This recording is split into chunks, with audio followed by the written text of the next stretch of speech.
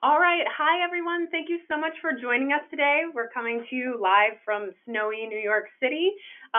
We have a wonderful guest with us today I'm not sure if he's in a snowy place too, but I think the whole Northeast really is. We've got Rob Walker from WOSU here with us. We are going to be talking about youth to its full potential. Just a quick introduction. Rob Walker, Membership Director from WOSU, he has been working in public broadcasting for 20 plus years and has helped WOSU raise nearly $50 million through on-air pledge, direct mail, email, and telemarketing. And then Rob has produced pledge for both radio and TV. I'm Christina McPhillips. I'll be your host today. I'm the VP of Business Development at Carl Bloom Associates, and I've worked with nonprofits for about a decade. And in that time, I've done a lot of testing and writing and reporting on the successes of emerging technologies used for digital fundraising. All right, so let's get into the meat and bones of everything. But before we do, quick note about who Carl Bloom Associates is. For 43 years, we've been working with public media and libraries, health and human services, museums, environmental groups, and animal welfare organizations. We are a full-service fundraising agency, so that means we do direct mail, digital, research, and so much more. Okay, on to what are we going to talk about today? We're going to talk about Passport, and I've got 5 ideas for capitalizing on Passport. And I'm going to let our wonderful guest speaker, Rob Walker, go first. So, Rob, please tell us about your Passport postcard project. Thanks. Oh, you're welcome. You should have warned me about that picture. It was about 3 years ago. I could have sent you a nice one. So one of the things that we kind of observed in doing our passport files through Allegiance is we started to segment out people who we did not have an email address on because it was just kind of silly to be uploading that into mVault if we didn't have an email address. So what we noticed was every month, anywhere from 1,300 to 1,500 people pretty consistently were people we didn't own an email address for. A lot of those people were longtime direct mail givers who just never bothered to write their email address down on the reply mechanism. Some of them were just people who didn't want to give us an email address. So I kind of got the idea that we should just go ahead and mail those people a postcard. So we would take the list and we'd kind of pick through the list as to the best prospects based on giving history, type of giving. I mean, we didn't want to just waste money by sending postcards to people who we knew were never going to reply. So if we saw somebody who had, 50 gifts over the past 30 years and their average gift was $60, we kind of got an idea that that's maybe somebody we didn't want to waste the money on a postcard with. But if they came in through TV Pledge and they had a pretty good giving history as far as responding to membership drives, we went ahead and sent them a postcard. So we'd average about 300 to 400 postcards a month out of the 1,300 because we just wanted to keep it to the best people, and until we really saw results, we weren't going to spend a lot of money. So right around renewal time, as it says there, we would send a postcard, and we would just ask people to send us their email address. They could either email us with their email address or call us or go online through the OPI on Allegiance. And we were pleasantly surprised at the results, which I assume means next slide. There we go. So since August, we've sent about 1,700 postcards. That's 300 or 400 a month for the past 4 months or so. I don't think we've mailed in January yet. We just kind of took a little break from it. But of the 1,744 we mailed, 122 people contacted us to give us their email address. But I thought the amazing number was that of the 122 that gave us their email address, 89 of them, or 73%, went ahead and activated Passport. So we thought that was really great. And I mean, you just don't see that kind of response on anything that you do through the mail.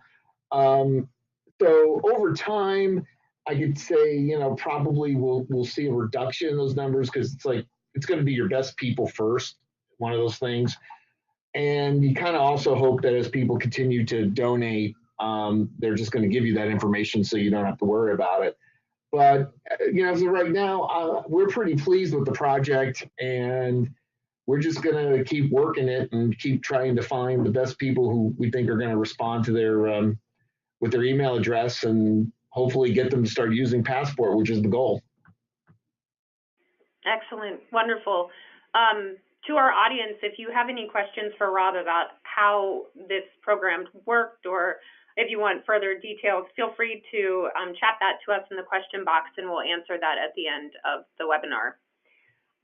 Okay, thanks, Rob. I'm going to go on to a couple of other ideas.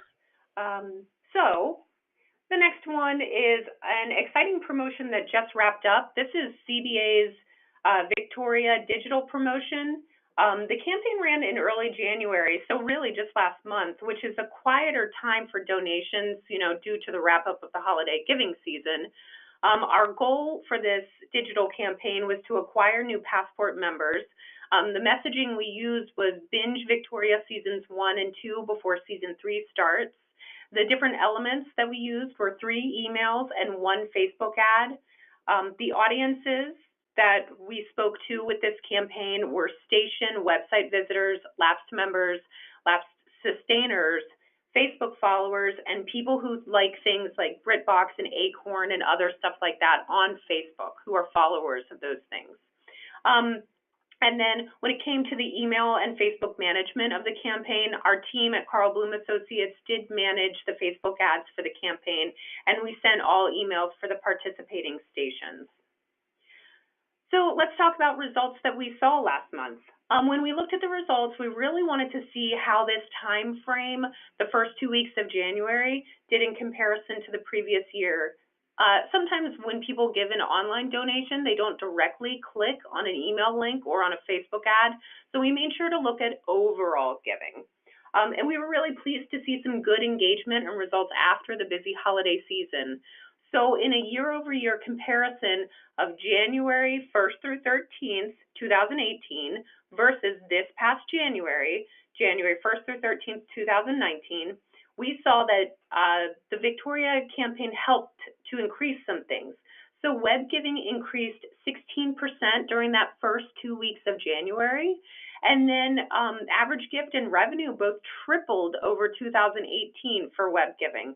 So that was really very exciting to us.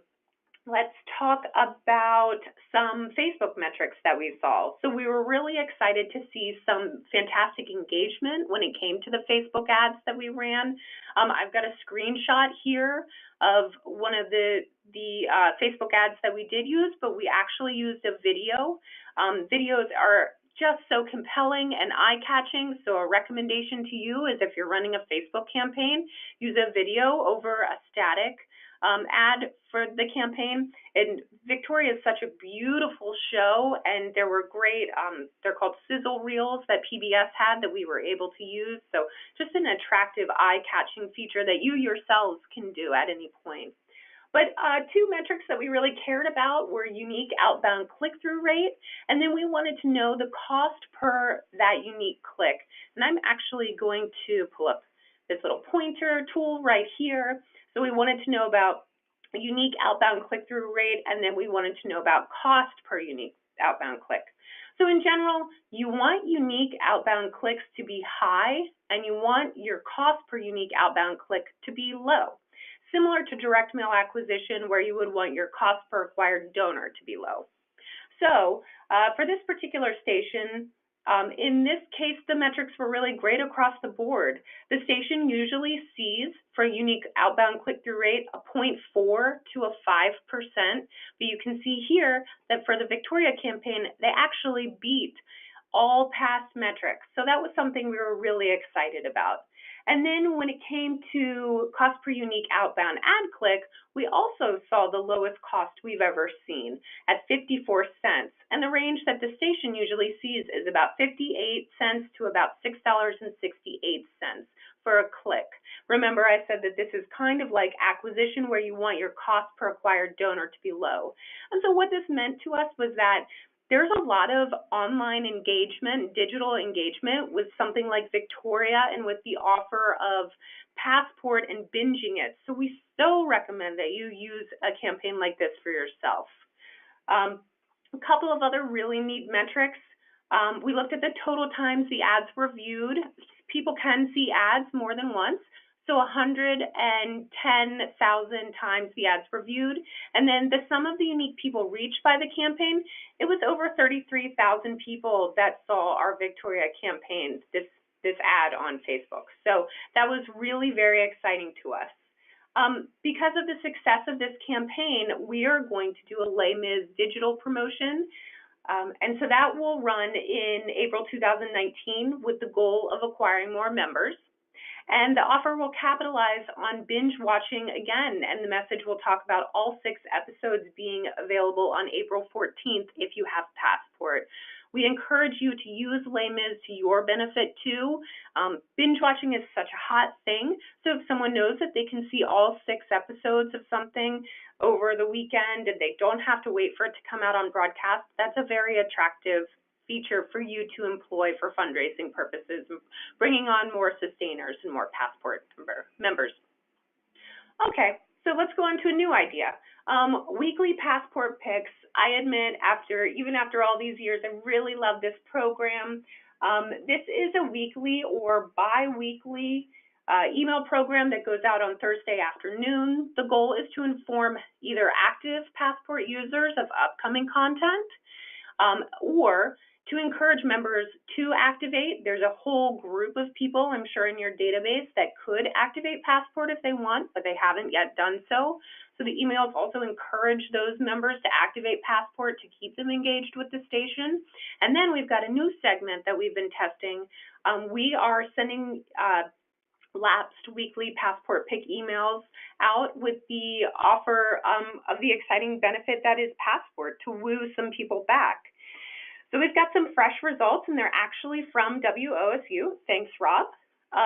So in a year-over-year comparison, when we looked at October through December 2018 to the previous year, October through December 2017, we saw a 54% increase in streaming, which was great. We saw activations increase by 28% in 2018. And then also in 2018, in October with the lapsed email, 34 members reactivated. November, 35 members reactivated. And in December with that lapsed email, 14 members reactivated. We do know that Passport is becoming increasingly popular, that you're starting to talk about it more, and that might have had some effect on these metrics, making them so fantastic. But this kind of weekly Passport pick email is definitely an easy thing for your staff to take on yourselves.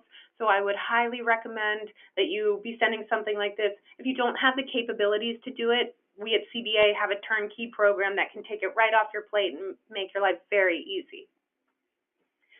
All right, on to the next idea. Running through them today. Okay, so we love talking about Passport in your newsletters, and I highly recommend talking about the Passport benefit alongside some show mentions. So you can see here on the left side, got my pointer again, KQED's staff Passport picks. So in this little highlight sidebar from a newsletter, you can see that there were a couple of shows that were mentioned. So there's Civilizations, The Great British Baking Show, Nova, Frontline. You can see in this staff picks from IdeaStream, Nature, great performances, things like that. If you have any kind of communication, print or email, we recommend that you talk about Passport in it. But the wonderful thing about incorporating your staff into that messaging is that it's a great way to show the reader that you and the station have enthusiasm for Passport and that the staff watch programs too. And I might recommend highlighting shows that aren't as popular because it exposes those shows to new people. So, we're constantly talking about different masterpiece shows or Great British Baking Show, but throw some ones that they may not have heard of in there. I think you'll see success with that. And then another thing that I really love is this Have You Activated Passport area that's in the newsletter for KQED. It just really calls out to those people that may not know how to activate Passport, that they can go to this website. You can also provide a phone number if that's something that your station is willing to do. But these are great ways to promote Passport and get more people to activate. And then I think I'm really kind of on to the final one. I just want you all to know that we're developing a number of exciting pilot programs for promoting Passport to various audiences. We're always thinking of new ways to incorporate Passport into our offerings. So some new strategies that are coming soon, and we'll be happy to tell everyone how these do in the future on our next webinar. An acquisition welcome series to station area prospects, using Passport as the incentive to join. So using Passport for acquisition in an email welcome series.